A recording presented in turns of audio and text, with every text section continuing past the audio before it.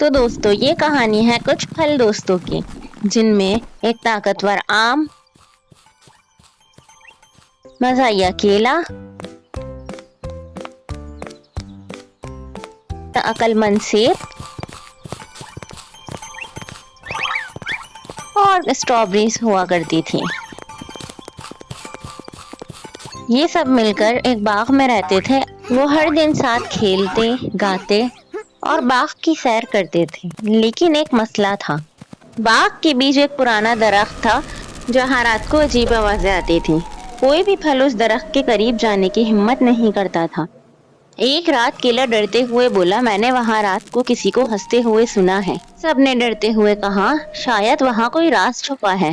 آم نے ہمت کر کے کہا، ہم سب وہاں جائیں گے۔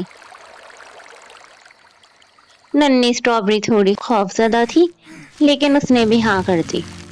سب دوست آہستہ آہستہ درخت کے قریب پہنچے تو ہوا تیز چل رہی تھی اور پتے زور زور سے ہل رہے تھے۔ اچانک ایک آواز گونجی، ہاں ہاں ہاں ہاں۔ کیلا ڈر کر آم کے پیچھے چھپ گیا۔ سب نے غور سے دیکھا اور بولا، اوپر دیکھو۔ سب نے اوپر دیکھا تو درخت پر ایک طوطا بیٹھا ہوا تھا اور ہنس رہا تھا۔ طوطا بولا، میں اکیلا تھا تو آوازیں نکالتا تھا کہ شاید کوئی میرا دوست بن جائے۔ یہ سن کر سب ہنس پڑے۔ آم بولا، تم ہمیں ڈرا رہے تھے۔ طوطا شرمندہ ہوا، مگر اسٹرابری مسکرا کر بولی، اب تم ہمارے دوست ہو۔ اس رات کے بعد باغ میں کبھی خوف نہیں آیا، اور پھر سب دوست ہر رات پرانے درخت کے نیچے بیٹھ کر کہانیاں سناتے تھے۔